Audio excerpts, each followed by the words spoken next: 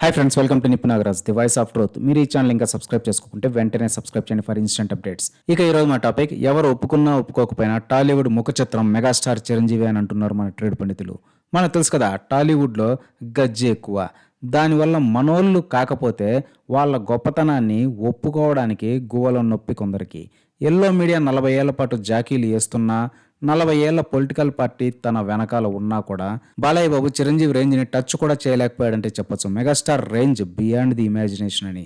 అటు బాక్సాఫీస్ పరంగా, స్టార్డమ్ పరంగా, అన్నిటికీ మించి నేషనల్ రికగ్నిషన్ పరంగా కూడా చిరంజీవి రేంజ్ ఓ రేంజ్ అని ఒప్పుకొని తీరాల్సిందే.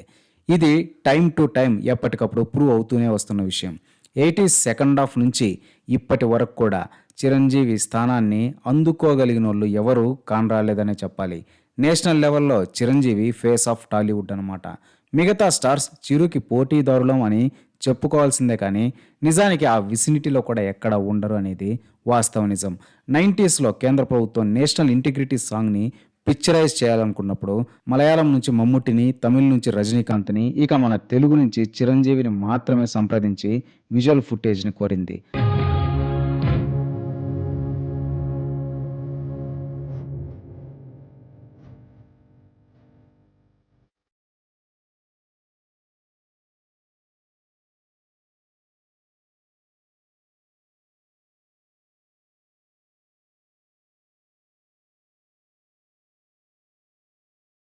అంటే 90s నుంచి కూడా మెగాస్టార్ మన టాలీవుడ్‌కి ఒక ముఖ చిత్రంలా ఉంటూ వచ్చారు.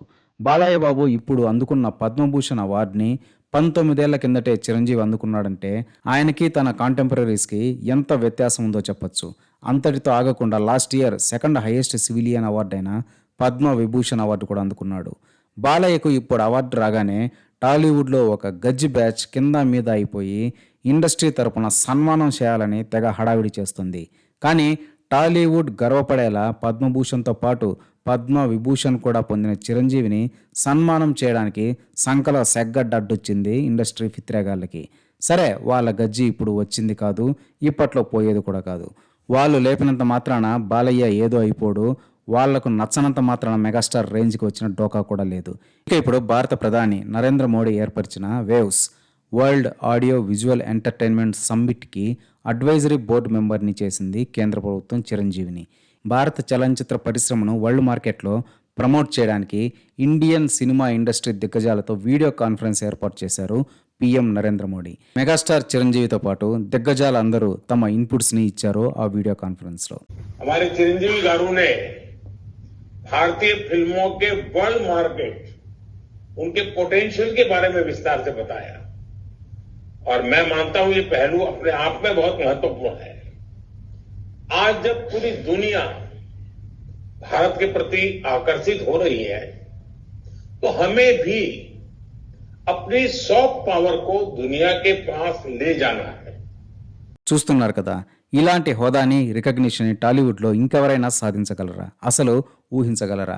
ఎటువంటి ఎల్లో మీడియా అండదండలు లేకపోయినా, ఇండస్ట్రీలో గజ్జి బ్యాచ్ సపోర్ట్ అస్సలు లేకపోయినా, మకుటం లేని మహారాజుల మెగాస్టార్ విరాజిల్లడానికి కారణం ఆయన అకుంఠిత దీక్ష అనే చెప్పాలి. అందుకే 2 జనరేషన్స్కి, ఇంకా అప్కమింగ్ జనరేషన్స్ కూడా చిరంజీవి ఒక ఇన్స్పిరేషన్.